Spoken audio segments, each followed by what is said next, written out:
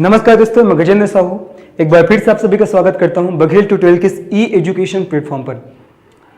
आज हम लोग पुनः छत्तीसगढ़ के व्याकरण से संबंधित महत्वपूर्ण प्रश्न उत्तर पर चर्चा करेंगे। ये इसका तीसरा पार्ट है।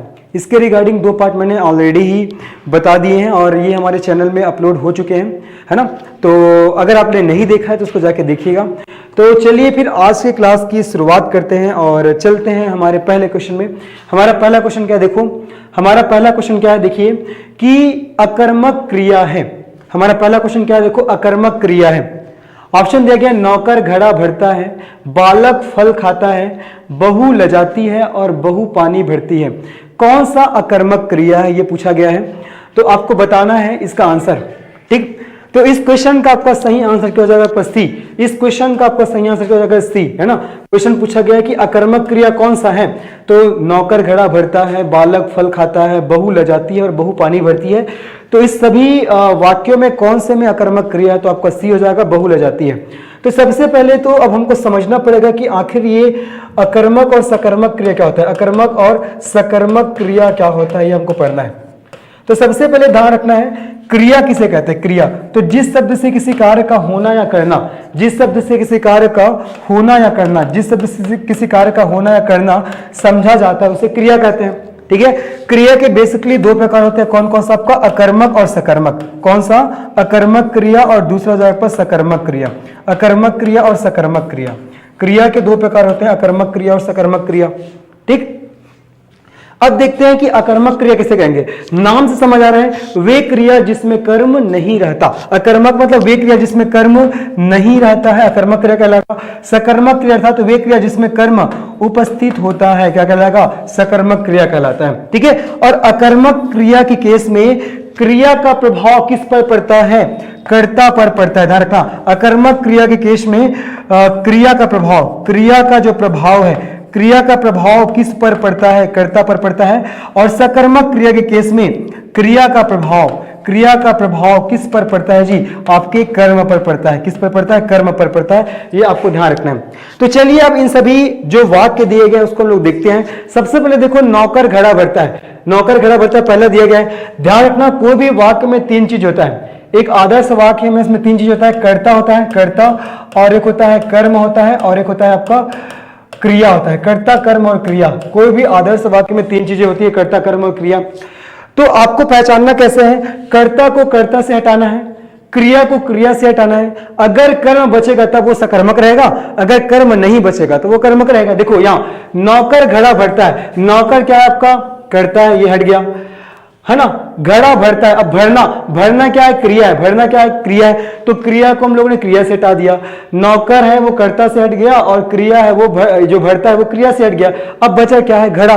तो घड़ा जो बचा है यही क्या हो जाएगा, आपका कर्म हो जाएगा। मतलब नौकर है वो भर तो रहा है, किसे भर रहा है, घड़ा को भर रहा है। ठीक है, तो जिस पर क्रिया का प्रभाव पड़ता है, यहां क्रिया क्या है, भरना, और भरा किसे जा रहा है, घड़ा को। तो जिस पर क्रिया का प्रभाव पड़ता है उसको क्या बोलते हैं, कर्म बोलते हैं, है ना। तो इसमें तो कर्म है, यहां देखो ये क्या आपका कर्ता है या क्रिया, इसमें कर्म प्रेजेंट है तो सकर्मक होगा। देखो बालक फल खाता है, बालक क्या आपका, बालक करता, तो करता करता से हट गया। खाना क्या है, खाता बोले तो खाना क्या होगा, क्रिया जगह ये भी हट गया। अब बीच में क्या बच रहा है, फल। ठीक है, तो किसको खाया जा रहा है, फल को। तो फल जो बचा है यही क्या होगा, आपका कर्म होगा। ठीक है, तो ध्यान रखना इसमें भी क्या है, सकर्मक क्रिया, इसमें भी कर्म प्रेजेंट है। अब इसका देखो बहू पानी भरती है, भरना क्या है आपका, क्रिया है, और बहू क्या हो जाएगा आपका, कर्ता हो जाएगा। लेकिन पानी क्या होगा आपका, कर्म होगा। पानी क्या होगा आपका, कर्म होगा। अर्थात बहू के द्वारा किसे भरा जा रहा है, पानी को भरा जा रहा है, तो पानी क्या होगा आपका, कर्म होगा, है ना। तो इसमें भी आपका क्या होगा जी, इसमें भी आपका सकर्मक क्रिया। लेकिन बहू लजाती है, बहू लजाती है, इसमें कैसे सकर्मक क्रिया होगा, बहू तो इसका करता है, लजाना ये आपका हो जाएगा, आपका क्रिया हो जाएगा, है ना। लजाना क्रिया होगा और बहू आपको क्या करता है, लेकिन इसमें कर्म बच रहा है क्या, इसमें कर्म नहीं बच रहा है। तब इसका आंसर क्या होगा, सी हो जाएगा, बहू लजाती है में कौन सा क्रिया आपका, अकर्मक क्रिया है। हमारा पहला क्वेश्चन है अकर्मक क्रिया है, तो इसमें ऑप्शन है बहू लजाती है, तो बहू लजाती है में अकर्मक क्रिया है। बाकी तीनों जो क्रिया है सब में, मतलब तीनों जो वाक्य है सब में सकर्मक क्रिया है। तो पहचानोगे कैसे, कर्ता को कर्ता से हटाओगे, क्रिया को क्रिया से हटाओगे। अगर कर्म बच जा रहा है तो सकर्मक, अगर कर्म नहीं बचेगा तो वो अकर्मक। और कर्म किसे कहेंगे, तो क्रिया का जिस पर प्रभाव प्रभाव पड़ता है कर्म कहलाता है। देख लो, बहु पानी भरती है, भरना एक क्रिया है, लेकिन किसे भरा जा रहा है? पानी को भरा जा रहा है। तो पानी क्या हो जाएगा आपका? क्या होगा? पानी आपका कर्म हो जाएगा। तो क्रिया का जिस पर प्रभाव पड़ेगा उसको कर्म बोलते हैं, है ना। जैसे कि राम ने रावण को मारा, तो मारा क्या आपका? क्रिया है। तो राम ने किसको मारा है? रावण को। तो मारने का प्रभाव किस पर पड़ा है? रावण पर। तो रावण क्या हो जाएगा? आपका कर्म हो जाएगा। तो जिस पर क्रिया का प्रभाव पड़ता है ना जी, वो क्या कहलाता है? आपका कर्म कहलाता है। ठीक है, तो इस क्वेश्चन का आपका सही आंसर हो जाएगा सी, बहु ले जाती है। चलिए दूसरा क्वेश्चन में चलते हैं। हमारा दूसरा क्वेश्चन देखो, सीता पढ़ चुकी होगी, सीता पढ़ चुकी रहेगी का छत्तीसगढ़ी वाक्य क्या होगा? सीता पढ़ चुकी रहेगी का छत्तीसगढ़ी वाक्य क्या होगा? ऑप्शन दिया गया, सीता पढ़ीस, सीता पढ़े, सीता पढ़ोइस और सीता पढ़ डाले रहीस। तो आपको बताना है सीता पढ़ चुकी रहेगी, ये दिया गया है, सीता पढ़ चुकी रहेगी, इसका छत्तीसगढ़ी वाक्य क्या होगा? तो इस ऑप्शन के हिसाब से देखिए तो इसका आपका सही आंसर क्या होगा? सीता पढ़ डाले रहीस। क्या होगा जी? सीता पढ़ डाले रहीस, इसका सही आंसर होगा। क्लियर है? तो चलिए अब हम लोग चलते हैं हमारे तीसरे क्वेश्चन में। हमारा तीसरा क्वेश्चन क्या बोलता है? देखो, महू जाहों का मतलब है, महू जाहों का मतलब है, ऑप्शन दिया गया है, मैं ही जाऊंगा या जाऊंगी, मैं भी जाऊंगा या जाऊंगी, और मैं क्यों जाऊंगा या जाऊंगी, और मैं तो जाऊंगा या जाऊंगी। तो मैं तो जाऊंगा या जाऊंगी नहीं होगा, मैं क्यों जाऊंगा या जाऊंगी नहीं होगा, और मैं ही जाऊंगा जाऊंगी ये भी नहीं होगा। तो मैं भी जाऊंगा और जाऊंगी यही होगा इसका आंसर। तो महू जाहों शब्द का आपका अर्थ क्या होगा? तो मैं भी जाऊंगा और जाऊंगी। ये सब आपके एग्जाम में क्वेश्चन पूछे गए हैं, ध्यान रखना है। तो इस क्वेश्चन का आपका सही आंसर हो जाएगा बी, मैं भी जाऊंगा और जाऊंगी। चलिए तीसरे क्वेश्चन में चलते हैं। हमारा तीसरा क्वेश्चन क्या? देखो, ऐसन बात काबर करथाओ, ऐसन बात काबर करथाओ का अर्थ क्या है? छत्तीसगढ़ी में एक वाक्य दिया गया है, ऐसन बात काबर करथो, तो उसका अर्थ क्या पूछा जा रहा है? तो ऑप्शन दिया गया इसके रिगार्डिंग, ऐसी बात कब करते हैं, ऐसी बात कहां करते हैं, ऐसी बात क्यों करते हैं, और ऐसी बात क्यों नहीं करते। तो क्यों नहीं करते तो गलत हो जाएगा। ऐसी बात कब करते हैं, कब पूछा जा रहा है, समय को पूछा जा रहा है, ये भी नहीं होगा। ऐसी बात कहां करते हैं, यहां भी प्रश्न किया जा रहा है, तो ये भी नहीं होगा। तो ऐसन बात काबर करता हो, तो ऐसी बात क्यों करते हो, है ना। तो इस क्वेश्चन का आपका सही आंसर क्या होगा? इसका हिंदी रूप में क्या होगा? ऐसी बात क्यों करते हैं। ठीक है, तो ऐसन बात काबर करथस, इसका सही अर्थ क्या होगा? ऐसी बात क्यों करते हैं। क्लियर है? तो जिन लोगों ने सी आंसर लगाया है सबका आंसर सही होगा। चलिए नेक्स्ट क्वेश्चन में चलते हैं। हमारा नेक्स्ट क्वेश्चन क्या? देखो, ओह दिन भर काम करत रहीस में दिन भर क्या है? ओह दिन भर काम करत रहीस, ऑप्शन दिया गया है, क्रिया विशेषण, संबंध बोधक, समुच्चय बोधक, विस्मयादि बोधक। तो शब्द एक बार फिर से मैं वाक्य पढ़ दे रहा हूं कि ओह दिन भर काम करत रहीस में दिन भर क्या है? दिन भर जो शब्द है वो क्या है? दिन भर जो शब्द है वो क्या है? आपको पूछा गया है। ठीक है, तो देखो, ओ दिन भर काम करते हैं, जिसमें काम करना क्या हो जाएगा? आपका क्रिया हो जाएगा। काम करना क्या हो जाएगा? आपका क्रिया हो जाएगा। ठीक है, काम करना आपका क्रिया है, लेकिन ओ दिन भर, तो दिन भर में पूछा गया दिन भर क्या है? तो दिन भर क्या हो जाएगा? आपका क्रिया विशेषण, मतलब काम करने की विशेषता को बता रहा है दिन भर, कि वो दिन भर काम करते रहीस, है ना। तो दिन भर क्या हो जाएगा? आपका इसमें क्रिया विशेषण हो जाएगा। क्या हो जाएगा? क्रिया विशेषण। और ध्यान रखना, ये जो हमने लिखे क्रिया विशेषण, संबंध बोधक, समुच्चय बोधक और विस्मयादि बोधक, इन चारों को अविकारी शब्द किस नाम से? अविकारी शब्द के नाम से जानते हैं। किस नाम से जानते हैं जी? अविकारी शब्द के नाम से इस चारों को जाना जाता है। तो ये आपको ध्यान रखना है। तो ओह दिन भर काम करत रहीस में दिन भर क्या है? तो आपका दिन भर क्रिया विशेषण है। और इन चारों को क्रिया विशेषण, संबंध बोधक, समुच्चय बोधक और विस्मयादि बोधक को अविकारी शब्द के नाम से जानते हैं, या इसी को ही अवयव के नाम से जानते हैं। अवयव किसे कहेंगे? तो जिसे हम लोग लिंग, वचन, काल और कारक, लिंग, वचन, काल और कारक के आधार पर जिसे हम लोग परिवर्तित नहीं कर सकते हैं, उसी को अवयव कहा जाता है। उसी को क्या बोलते हैं? अवयव बोलते हैं। ये आपको ध्यान रखना है। तो इस क्वेश्चन का सही आंसर हो जाएगा एक, क्रिया विशेषण। दिन भर में क्या है? तो क्रिया विशेषण हो जाएगा। चलिए नेक्स्ट क्वेश्चन में चलते हैं। हमारा नेक्स्ट क्वेश्चन क्या? देखो, छत्तीसगढ़ी में क्रिया विशेषण शब्द है। छत्तीसगढ़ी में क्रिया विशेषण शब्द है, आपसे पूछा जा रहा है। ऑप्शन दिया गया, चुटर्री, चुपे चाप, चुप्पा, चुरपुर। चुटर्री, चुपे चाप, चुप्पा और चुरपुर। तो इसका सही आंसर क्या हो जाएगा? चुपे चाप। क्या हो जाएगा? चुपे चाप। इस क्वेश्चन का आपका सही आंसर होगा चुपे चाप। तो छत्तीसगढ़ में क्रिया विशेषण क्या है? आपका चुपे चाप, है ना, जो क्रिया की विशेषता को बता रहा है। चुप होना मतलब वो क्रिया एक प्रकार से, है ना, तो इसकी विशेषता को बताया जा रहा है चुपे चाप। तो इसका सही आंसर हो जाएगा आपका बी, चुपे चाप। और चुप्पा किसे बोलते थे? जो कुछ नहीं बोलता उसको छत्तीसगढ़ में चुप्पा कहते हैं, है ना, चुप्पा। शांत रहना, शांत रहना को छत्तीसगढ़ी में चुप्पा कहा जाता है। क्लियर है, ये आपको ध्यान रखना है, शांत रहना को चुप्पा कहते हैं। ठीक है, तो इस क्वेश्चन का आपका सही आंसर क्या हो जाएगा, बी चुपेचाप। चलिए अब नेक्स्ट क्वेश्चन में चलते हैं। निषेधात्मक शब्द है, निषेधात्मक शब्द है, ऑप्शन दिया गया पार डार बर झन। निषेधात्मक मतलब होता है मना वाला शब्द या मनाही वाला शब्द। तो निषेधात्मक शब्द कौन सा है, पार डार बर या झन। तो इस क्वेश्चन का आपका सही आंसर हो जाएगा झन हो जाएगा। झन, मत करो, जैसे छत्तीसगढ़ी में मत के लिए झन का प्रयोग करते थे, ये इला झन कर, है ना। तो अर्थात मनाही वाला शब्द है, ये मना किया जाता है। तो इस क्वेश्चन का आपका सही आंसर क्या होगा, निषेधात्मक शब्द कौन सा है, तो झन हो जाएगा। क्या हो जाएगा आपको जी, झन हो जाएगा। चलिए अब इसके बाद हम लोग नेक्स्ट क्वेश्चन में चलते हैं। हमारा नेक्स्ट क्वेश्चन क्या है, देखो छत्तीसगढ़ी में क्रिया विशेषण नहीं है, छत्तीसगढ़ी में क्रिया विशेषण नहीं है, खाल्हे, एति, तमे और तोर।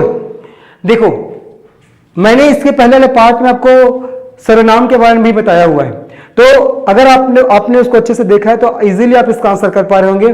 तो ध्यान रखो, खाल्हे, एति और तमे, ये तीनों क्या है, खाल्हे, एति और तमे, ये तीनों क्या है रखना, ये तीनों आपका क्रिया विशेषण है। ये तीनों आपका क्या है, क्रिया विशेषण है। खाल्हे, एति और तमे क्या है, तीनों क्रिया विशेषण है। खाल्हे किसे बोलते हैं, तो नीचे वाले हिस्से को खाल्हे बोलते हैं। एति मतलब इधर, है ना, और तमे मतलब उसके ऊपर, है ना। तो इन तीनों क्या बोलते हैं जी, क्या बोलते हैं, क्रिया विशेषण। मतलब ये तीनों क्या आपका क्रिया विशेषण है।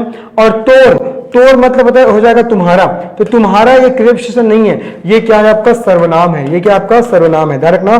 तोर क्या है आपका एक सर्वनाम है, तो ध्यान रखना है, यही इसका आंसर होगा। तो छत्तीसगढ़ी में क्रिया विशेषण नहीं है, खाल्हे, एति और तमे, ये तीनों है क्रिया विशेषण, लेकिन तोर क्या है, ये सर्वनाम में आता है। तो इस क्वेश्चन का आपका सही आंसर हो जाएगा डी। तो जिन लोगों ने डी आंसर किया सबका आंसर सही रहेगा। चलिए नेक्स्ट क्वेश्चन में चलते हैं। छत्तीसगढ़ी में खेत शब्द का बहुवचन है, छत्तीसगढ़ी में खेत शब्द का बहुवचन है, खेतमन, खेत खार, खेती और सब्बो खेत। ठीक, बहुत बड़ा क्वेश्चन है। तो इस क्वेश्चन का आपका सही आंसर क्या होगा, बहुवचन पूछा जा रहा है खेत शब्द का, तो इस क्वेश्चन का आपका सही आंसर हो जाएगा सब्बो खेत। ठीक है, छत्तीसगढ़ी में बोलते भी ना, तो सब्बो खेत की धान लुआ गई का, ऐसा बोलते हैं छत्तीसगढ़ में। तो खेत मन तो नहीं होगा, हालांकि मन शब्द का भी प्रयोग बहुवचन में करते हैं, लेकिन इसका आंसर सब्बो खेत होगा। खेत खार भी नहीं होगा, खेती तो ये तो पद्धति है, लेकिन सब्बो खेत इसका सही आंसर होगा। तो खेत शब्द का बहुवचन क्या होगा जी, सब्बो खेत होगा। क्या होगा, सब्बो खेत। तो जिन लोगों ने डी आंसर किया उसका आंसर सही है, तो इसका आंसर होगा डी, सब्बो खेत। चलिए नेक्स्ट क्वेश्चन में चलते हैं। छत्तीसगढ़ी में घोड़ा शब्द को एक वचन से बहुवचन में परिवर्तित करें, है ना। घोड़ा एक वचन शब्द है, इसको छत्तीसगढ़ी में बहुवचन में परिवर्तित करना है।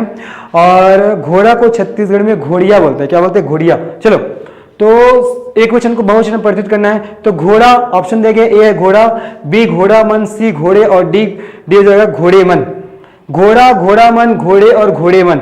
तो सबसे इसका सटीक आंसर क्या रहेगा, इसका सटीक आंसर रहेगा घोड़ा मन। क्या होगा, घोड़ा मन। ठीक है, इसका आंसर क्या रहेगा जी, ध्यान रखना है, इसका आंसर क्या रहेगा, इसका आंसर रहेगा क्या रहेगा, घोड़ा मन। ठीक है, क्या रहेगा, घोड़ा मन।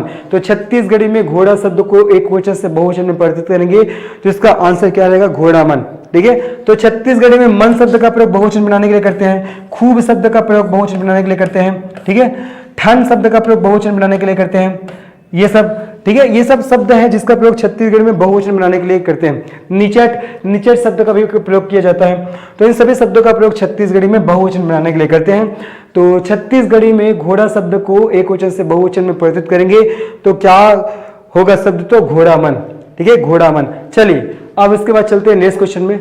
हमारा नेक्स्ट क्वेश्चन क्या देखिए, छेरी का बहुवचन नहीं है। बकरी को छत्तीसगढ़ी में छेरी बोलते हैं, है ना। और पूछा जा रहा है कि उसका बहुवचन नहीं है, सबो छेरी, जम्मो छेरी, सब्बो छेरी और इनमें से कोई नहीं।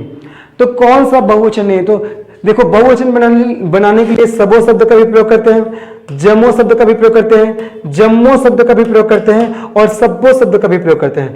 तो इनमें तीनों क्या है, छेरी का बहुवचन अर्थात बकरी का बहुवचन है। सबो छेरी हो जाएगा, जम्मो या जम्मो छेरी हो जाएगा, सब्बो छेरी, ये तीनों क्या है, इस बकरी या छेरी का बहुवचन है।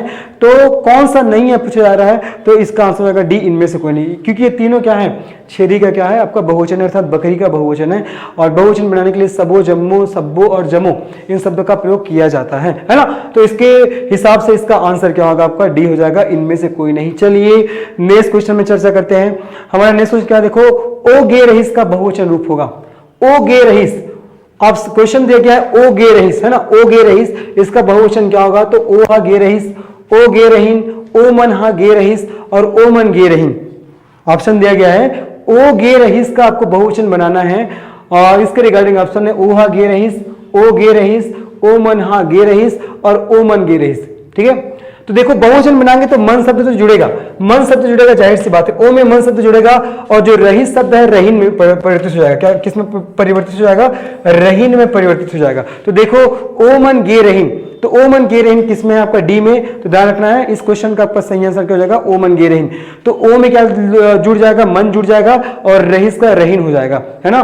तो छत्तीसगढ़ी में ओ गे रहीस का बहुवचन क्या होगा, तो ओ मन गे रहीन। तो जिन लोगों ने इसका आंसर डी किया है सबका आंसर सही है। चलिए अब इसके बाद नेक्स्ट क्वेश्चन पे चलते हैं। हमारा नेक्स्ट क्वेश्चन क्या, देखो अच्छा ये हमारा लास्ट क्वेश्चन था, होपफुली आप सभी को समझ में आया होगा। इसके बाद और इसके आगे पार्ट्स आएंगे, है ना, तब तक आप अच्छे से अब रिवाइज करो।